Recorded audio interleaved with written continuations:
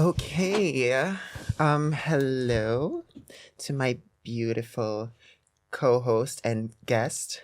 So, first off, I want to ask a question to both of you. Do you guys feel beautiful at the moment? Oh, I like the question. Mm-hmm. Would you like to start? Okay.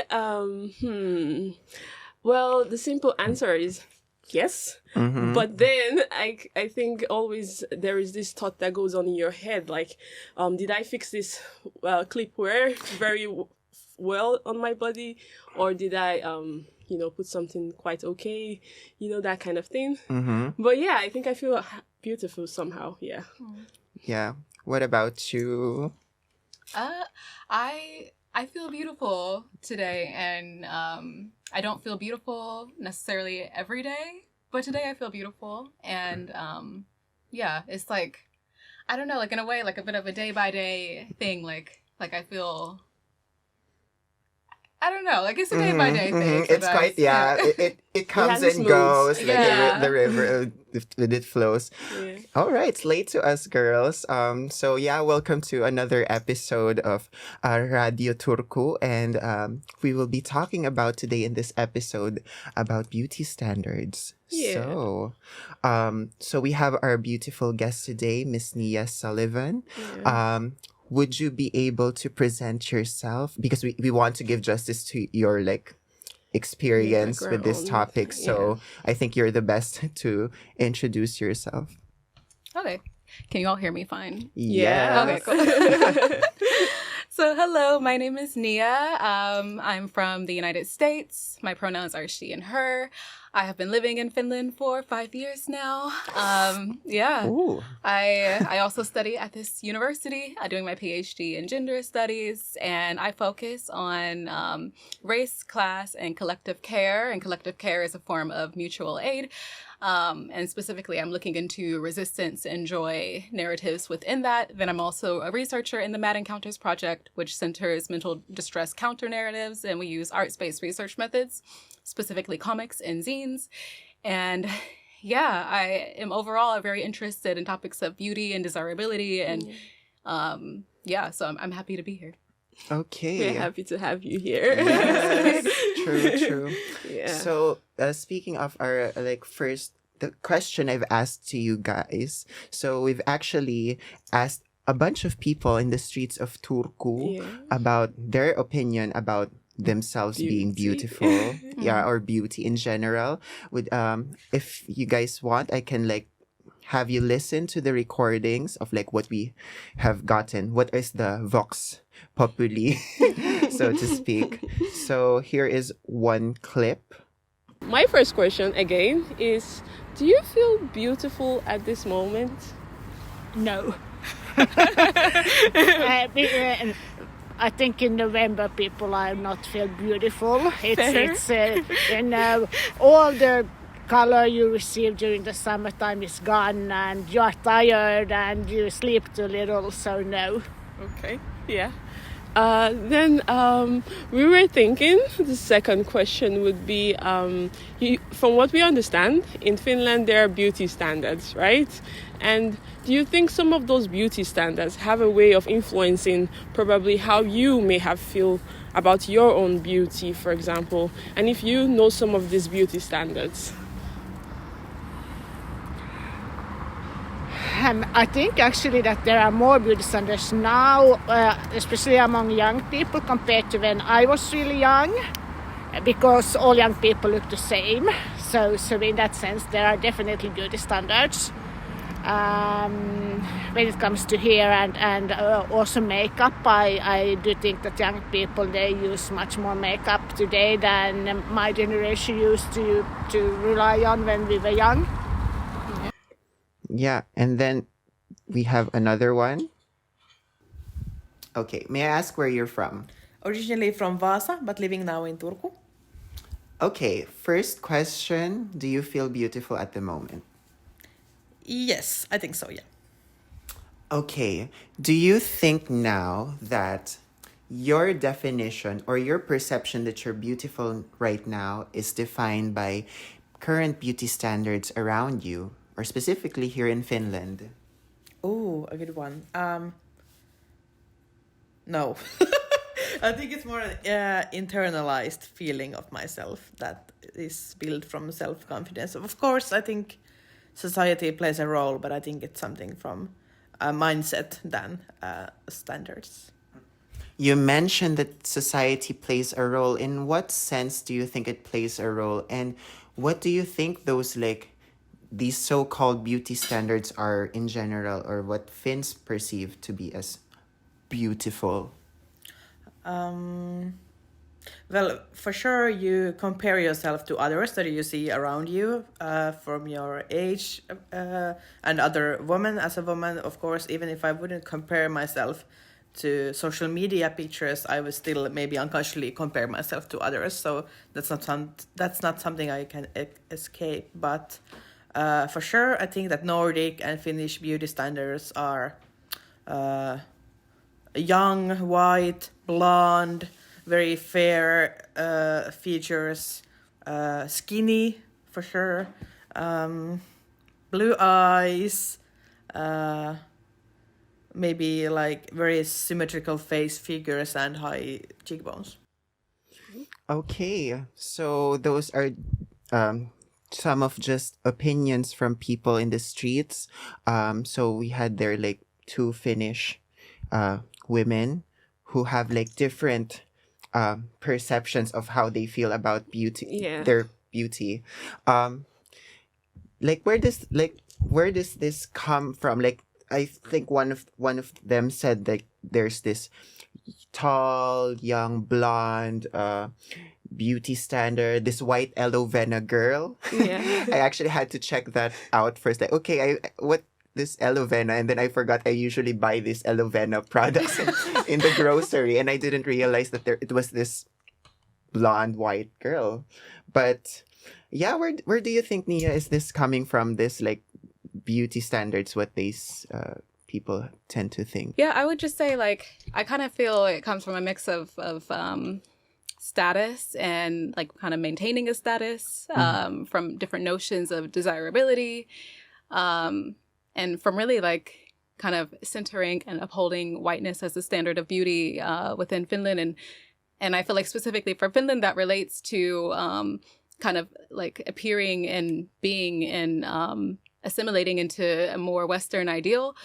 So I kind of feel that might be the root of holding on to this in Finland. And it's really interesting because this week I was just talking to someone about something random related to Finland and to aesthetics, and there was the person I was speaking to was just kind of describing this whole thing Finland and Finnish people, blondes, blue eyes, and that in itself completely excludes people who are Roma, who are Sami, indigenous groups here. So it's just this idea of blondness being inherently Finnish. I feel it is this attempt to grasp at something that feels very European and Western. So it still looks like it still hasn't magnified this diversity of beauty, right? No? Yeah, and I also like the fact when you mentioned this, what you mentioned, whiteness, and I was thinking for brown and black women, I would say we are a bit different from the standard we have here as beautiful, and I don't know, as you mentioned some examples, for example, now, but do you feel that you have this struggle to always try to inhibit whiteness, inhibits white standards, for example, or maybe not you per se, but just your observation of the Finnish society? I know you stay in Helsinki, but in Turku, I don't know, it's a little bit more low key. But yeah, I've had some friends mention how it's kind of difficult for them to adjust even to feel as themselves as black women. Yeah, definitely. I can relate. So, I mean, I have kind of been battling this throughout my life. I know that you can relate as well. Just being a non-ambiguous, dark-skinned black woman, in a predominantly white, atmosphere. It's just, there are challenges with that. And even though I appreciate myself and my aesthetics, now, like where I am now at 30, but like throughout my life, I have kind of wanted to assimilate or even took efforts to assimilate. So I would say like it is kind of a period by period kind of journey to self-acceptance and self-love and appreciation. But yeah, specifically in Finland, do I feel that I'm battling these things? I would say not really, and it could be because I'm based in Helsinki. If I were here, I perhaps would feel different. But there are times, like just recently, I was thinking like, oh, it would be nice to. I used to like have my hair. We call it permed in the U.S., like just chemically straightened hair and stuff, and like. I sometimes think like I want to go back to that, but I don't know. Is it necessarily is it like really rooted in Eurocentric standards of beauty? Yeah. I'm not like, I don't know where it's coming from anymore. Like when I have that thought. Yeah, it's also blurry nowadays. And interesting, like there was this one study actually here from Åbo Akademi, this Yasmin Slimani. She's mentioned that Afro-Finns, and I quote, will always be hyper-visible and judged through white and Eurocentric gaze. So from my understanding with this is that, okay, as long as Finland it remains this predominantly white population, that these things will always be there. So I was wondering if, like, how can... Given with this kind of environment, how can women remind themselves, especially like minority women, that, okay, this is my situation and it's kind of like beyond my control. Like, what can I do on my end to like get away from this internal pressure for us to like, okay, like I don't fit it with this beauty standards. How can I make myself feel beautiful? Yeah. Well, I kind of feel like maybe it is so generic to say like something about like setting your own standard of beauty because like we're all living within the same society and like we're all influenced in such similar ways. So I kind of feel like it like in a way it involves kind of breaking a bit of colonial mentality and expectations that come from that. These expectations to assimilate. I mean, and to not do that also has consequences in a way because there is a privilege and benefit to assimilating to white standards of beauty. So to remove yourself from that, like, it is kind of like going against the norm in many ways. But I think that surrounding yourself, like having the community who affirms you and appreciates you and kind of like creating or joining that kind of environment, like wherever you are. Like I know that it is much different in Helsinki than it is from Turku, but like just having that kind of like base for communal support and care. It's quite very necessary. I would agree. I was thinking because when you mentioned that it's not something that it's like a system that continuously rolls and you have to take your step backwards from it, for example. So this is not when we say we do not feel so, included. Sometimes it might be in our head, but sometimes it's not quite in our head. Yeah, it is maybe the beauty industry, maybe it is the media, maybe it is something around us that creates us to have this consciousness that we are not like, fitting into these standards that we see all around us. So I don't know if you have had some experience that made you had to think about this, how this is a problem, for example, maybe in the beauty industry or maybe in a salon. So something like that. But yeah, because I feel the society has a great role to play in how we as maybe brown or black women, perceive our beauty. Yeah. Yeah. Sorry, the question was how does... Yeah, the question was like to more or less share your own experience on how you think the system of like beauty industries here in Finland, maybe if you had an experience with, say, a salon, not knowing how to manage your hair, or Oh my thinking that you gosh. have to take it straight, or like something like this, or they just want to cut it, because it's a lot of things going on. And for me personally, I don't even go out there because I'm scared. That's a good point you mentioned with the salon, because to this day in Turku, I don't know, like maybe you guys know somewhere, if you can just let us know in the comments if there's like a salon that does for like curly hair for women. So, but yeah, what do you think, Nia? I don't know, like Yeah. how do you get by? Well, I've had experiences not in Finland, but in other places where I've like gone to get my hair done, like by other Black women or women of color, and I've had experience because my hair is natural 4C. Of course, I have these braids now, so you can't tell, but like, yeah, I've had experiences where people were like, "Please, like, straighten your hair, or cut it shorter," like just like very like explicitly communicating like it is not manageable. But yeah, I guess like and actually I do have recommendations on where to go to. So we can share later. Yes. We'll also put it in the description. For our other girlies out there. We can all get some help. Yes. Yeah. We're building the community. Yeah. Okay. Yeah, so it's really interesting. Yeah. Like, and also, I mean, even I think Finns would also acknowledge that the current beauty, like this white aloe vera girl beauty standard, is also something that has to be debunked, or like to be broken, or it's even probably not existent to them at all. It's probably like what do you call this, like they have also this natural looking beauty I don't know if it's a standard.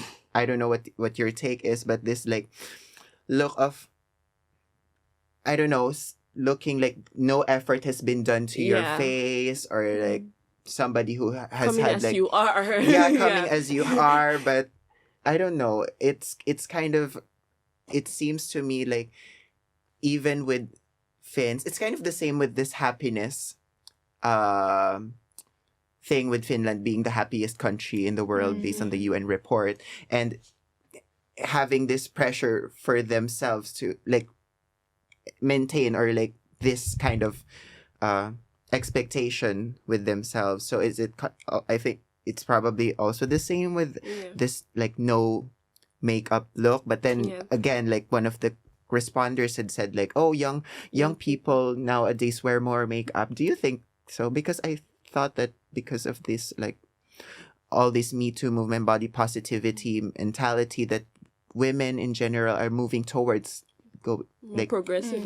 More progressive approaches. So wearing less makeup. I don't know, there are lots of media personalities that don't do any more makeup. I don't know who was this latest artist to not wear makeup. Oh, Pamela Anderson, if you guys. Oh, I didn't know.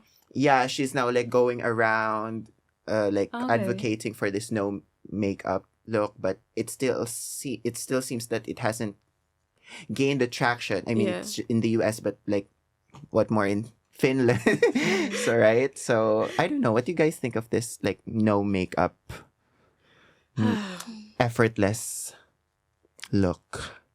I kind of think like makeup and like a person's like relationship to makeup like it's so individual, and it's not always a reaction of like low confidence or not feeling beautiful. Like it is like so like tied. I don't know. Like I see it as so tied to just self-expression in general. So not always coming from these like hurt places, or maybe coming from that in some way, but then evolving. But kind of having this like liberation with makeup, whether you're wearing makeup or no makeup, or whatever the trend may be, because the trends, you know, like trends are so temporary and based on the context and time and everything. So I kind of think like oh my gosh, now I lost my train of thought. But yeah, I think like no makeup in a way, like also maybe it's not reactionary to a system either. Like I think it can be in some cases, but I think like overall like liberation in a sense means that people would just do what they want to do and not have it tied to like an overarching kind of need to do something. Yeah, it kind of interesting you said that, because at least I can say from my experience, sometimes I think like, okay, yeah, why do I go through this like effort to like do so much stuff on myself, and like, I don't know, because it's kind of like a painter who does like artwork, like, but just like on yourself as the canvas. So you want to make yourself like to explore creativity within yourself, and also like, I don't know, showcase that, I feel really good about myself, even like, I don't know, maybe putting on makeup or not. Honestly, it's still a personal battle for me that I have to overcome, like learning to, oh, it's fine. Like, oh, you can just head out there without any makeup. It should be fine. But yeah, it's not necessarily this feeling of, what do you call this? Oh, because the society expects me to put on makeup. I just want to feel good. Yeah, I think I agree with you. But it's more like a personal decision that you make for yourself. Yeah. Although I don't know if it's just me, but I don't know. I feel there's this experience here in Turku, maybe because Turku is more localized. But the people have different ideas of what they think when it comes to makeup. Yeah. Yeah, like this no makeup. Yeah. I mean, I welcome makeup so much when I can. I'm not so good at making up, but I feel like there's this different opinions about makeup and all of these kind of things. And I don't know if you guys have noticed something like this as well, that there's this like different perceptions about makeup, and it could get sometimes a little bit ugly when you do makeup and then people are asking you like, oh, what's going on today that you have so much makeup on, you know? And I don't know, it always comes down to me wondering like, should I put down my earrings so that it doesn't become too much, for example? So that I don't stand out that much. Should I tone it mind down? your business. Or should I tell this person like, mind your business? Yeah, I think that's the right. Like respectfully. Mind your business. And it might be like, I don't know, because it's interesting, like, at least from my perspective, having this white blonde standard seemingly to be kind of rampant in my surroundings, at least.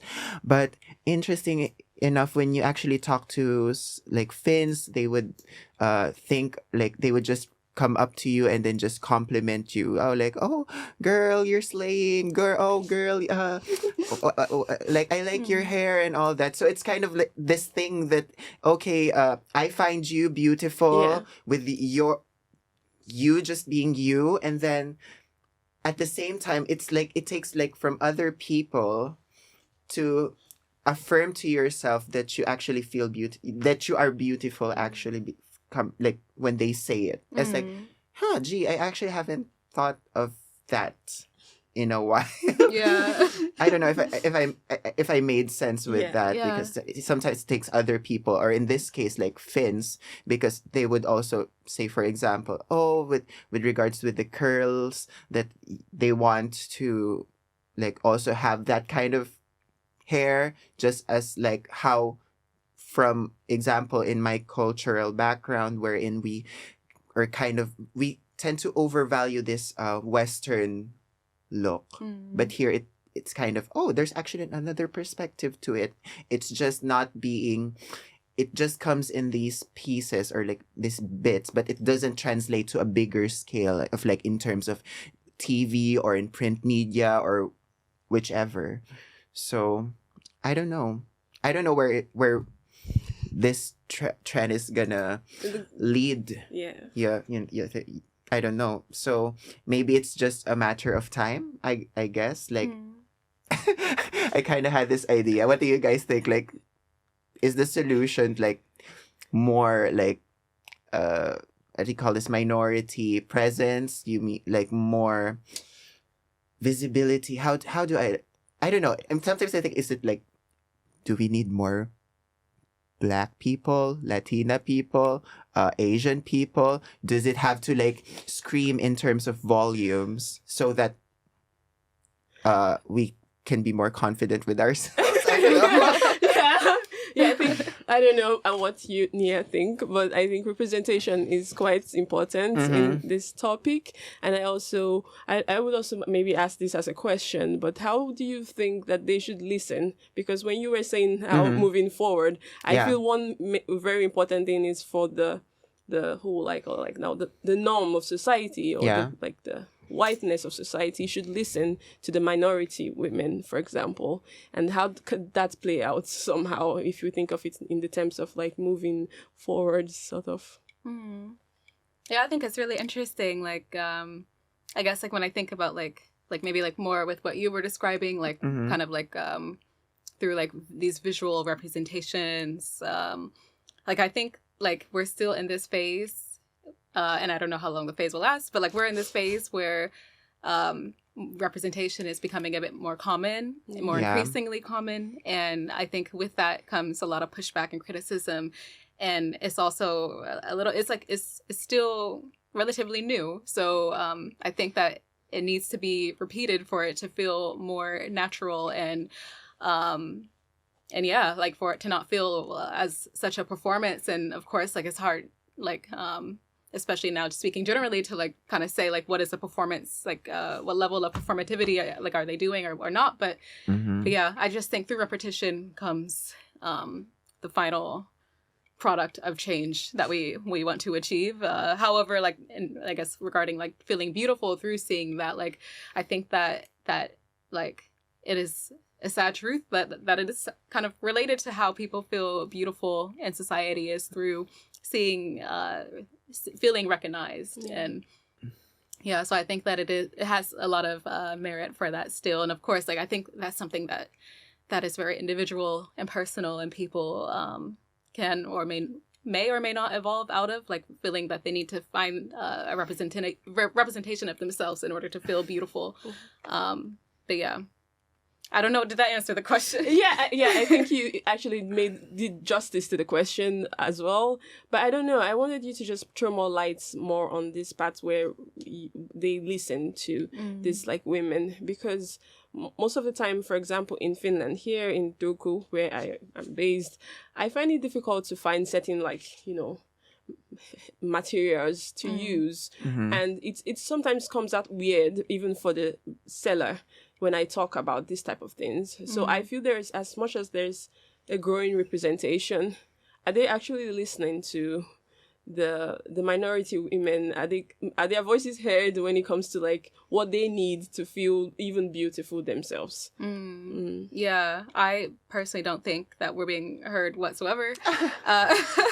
Because I mean, and in a way, like I was gonna say, like are we able to find products that we need so easily, like and you know, like what's considered a quote unquote normal shop? But then that kind of, because there is this gap, then that like creates the emergence of like at least where I live in Helsinki, like there's so many like Afro and Asian shops, so it's like because there is a need for these products, because people cannot find them in the quote unquote regular stores, like then there are these like shops that within itself creates community. So I think there is something like beautiful that has come from the lack of recognition, but yeah, simply because we cannot go and find what we need very easily, I think that we are not being listened to. And I think it was only recently that like when I moved to Finland, I was like struggling to even find my shade of foundation, like just at like Kicks. Like I was going to MAC because only MAC had it, and I've been living here for 5 years. But now we have Fenty, thanks to our girl Riri. Oh dear. But yeah, maybe it's actually maybe speaking at the moment that we're just in this kind of like our hair growth, like sometimes there's this awkward phase in your hair growth that we're in, just have to like persist and just keep moving forward and just like fighting, and like this or like the breaking down this beauty standard, this current beauty standards that we impose on ourselves.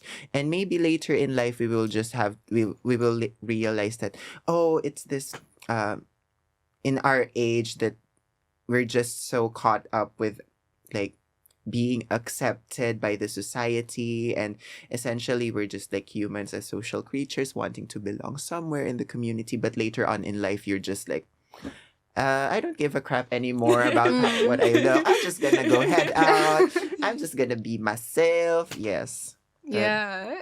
I always feel like when I'm older, I'm going to think like, oh, you were so beautiful at that age. Like, yeah, like, oh, girl, why? And I don't know. It's really, yeah, it's really tough. And I just want to say that maybe like we are all like beautiful in our own regard. Just a daily reminder. When I just saw this like meme in the morning. So like, what do you do when you wake up and then you just look in the mirror and then you just do your thing, do your like brush your teeth, and then just take a while, like 10 seconds to look at yourself and just say, damn, I feel good. Yeah. Damn, I feel beautiful. Yeah. And it's kind of this reaffirming this thought in your head that kind of starts your day in a bright way, I think, in the dark times. Okay. Well, yeah, I think that's it. Or like, do you have any questions? I mean, it's just a matter of time. Like, how do you think with this influence with the technology, social media here in Finland with younger generations, how is it gonna impact the beauty standards? Do you think it will change over time? You're optimistic about it, or? Oh, yes. I'm definitely optimistic. I think there's so many online kind of counter publics that are affirming different kinds of beauty, different bodies, abilities. So I think that the digital world kind of helps facilitate this change. Yeah, this digital world, it can be like an asset or it can be a liability. It's just a matter of like each individual's decision, how they take. So I guess that's it for today's episode. It would be interesting to like talk more about these beauty standards, and we haven't even like talked about like beauty standards also in men. I think it's also like, we didn't talk about that. yeah, there's also this pressure, I think, for men that it's not so much visible, like talked about. Yeah. So, but I guess thank you so much, Nia, for today. Thank you. It was lovely talking to you. And I hope everyone feels beautiful. Yes, again, girls out there, you're all beautiful, okay? So, thank you so much. And this is Radio Turku. Just letting you know. And that's it. Thank you. Take care, guys. Bye-bye. Bye. Bye.